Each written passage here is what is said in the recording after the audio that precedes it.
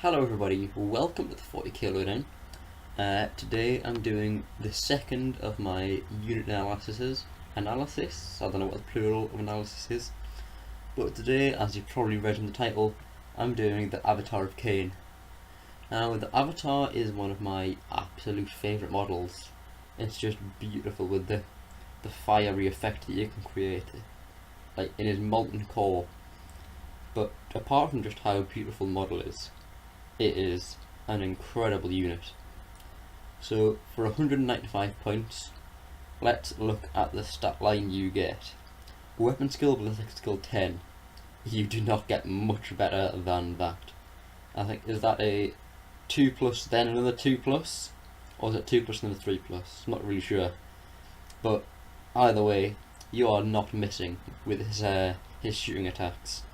And then in close combat, you're likely to be hitting on a 3 unless you're fighting against some other Lord of War or suitably high pointage leader. Then we've got Strength and Toughness 6, which is, it's good. I mean, if you're being shot by a regular Strength 4 strength gun, then they're going to be struggling to do any damage on you with that kind of toughness. And obviously the Strength is useful in close combat, because with his sword that I'll talk about later, you're getting a lot of strength in, and you're going to be insta-killing things left, right and centre. Wounds 5. 5 wounds is very impressive. That means that you can soak up a lot of fire, which is generally what I use the Avatar for quite a lot.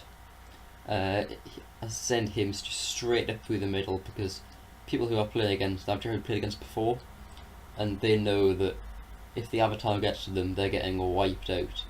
So he just soaks up a lot of bullets for the rest of my troops to get around the sides and just flank the enemy, really. But enough about that. Initiative 10, which means that basically every single time against basically anyone, you are going first in close combat. You're gonna, even if they're some specialist unit, you're almost guaranteed to be going first, unless they've got some special rule.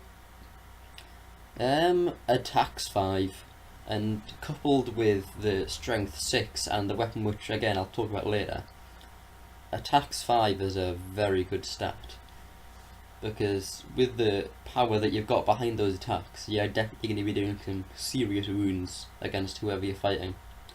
Leadership 10, which is fairly standard for the Eldar. I mean, for other armies it might seem amazing, but for the Eldar, everyone is 8, 9 and 10, I believe. Correct us if I'm wrong. There's might be someone who's 7, I'm not quite sure, but still, 10 leadership, you cannot go wrong. And then the only downside, if you can call it that, with the Avatar is he's only got a 3 plus save, so you might be you might not be allowed an arm save against a fair proportion of weapons in the game, because there's a fair amount of things are what's the word, AP 3 or below, so it's alright. Obviously he's a monstrous creature, so you get all of the special rules that being a monstrous creature entails, which is, again, it's pretty much nothing but goodness for that. Let's go on with special rules. So he's got Ancient Doom, which of course is standard for the Eldar. If you don't know what Ancient Doom is, I'll find it now for you and read out straight from the Codex. Ancient Doom. A model with this special rule has the Hatred special rule against demons of Slaanesh, or models with the Mark of Slaanesh. Furthermore, when making fear tests, a unit containing at least one model with this special rule suffers a -1 leadership penalty to its leadership if it is engaged in combat with a unit that contains at least one model with the Mark of Slaanesh or Demon of Slaanesh special rule. So basically, if you're fighting demons, it's good and bad, because I mean, -1 penalty to leadership, it's not going to do anything, but hatred, you might get some goodness out of that. Then next, battle focus. I'll again read that straight out from the Codex. a unit composed entirely of models with the battle focus special rule, so obviously that is just the avatar, can either shoot then run, or run then shoot in the same shooting phase. The unit must complete both actions before you move on to the next unit, otherwise the chance to make the second action is forfeit. So again, that just means it's good for moving the avatar straight up the table, firing as he goes.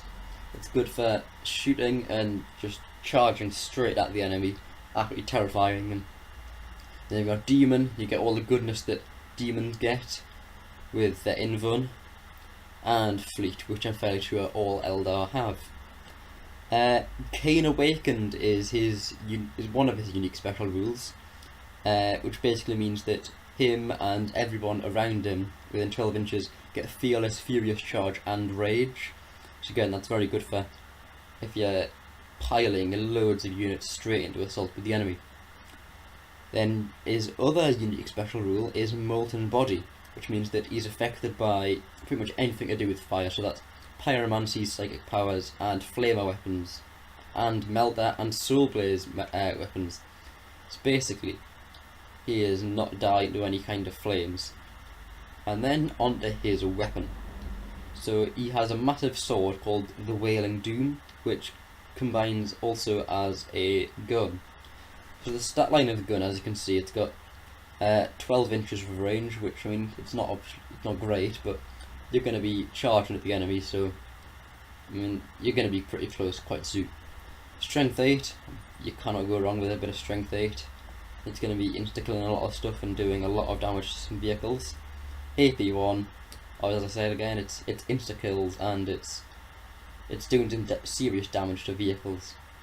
Assault 1, which is good for, again, charging forward. This is what I use the avatar for. Melter. So again, here are the vehicles that you're attacking with this are going down. They're going to be struggling to withstand the kind of firepower that the avatar can throw at them. And then in close combat, it gives you +2 strength. So again, you'll have 8 strength in close combat against something that you're using the Wailing Doom against. AP 1, so they're not getting armor saves, even if they do have high toughness, and they wouldn't be insta-killed anyway. And then Armor Bane. Armor Bane's a very useful special rule for killing vehicles. So that's basically it for this video. I hope you've enjoyed. I hope you've been educated about how amazing the avatar of Khaine is. And I would seriously advise that you take it as your Lord of War choice, as it's a complete bargain at 195 points. Thank you for watching the 40K Lowdown, or listening as it is for this episode. Please leave a like and subscribe and hit that little bell button so you're notified when I make a new video. Thank you for watching.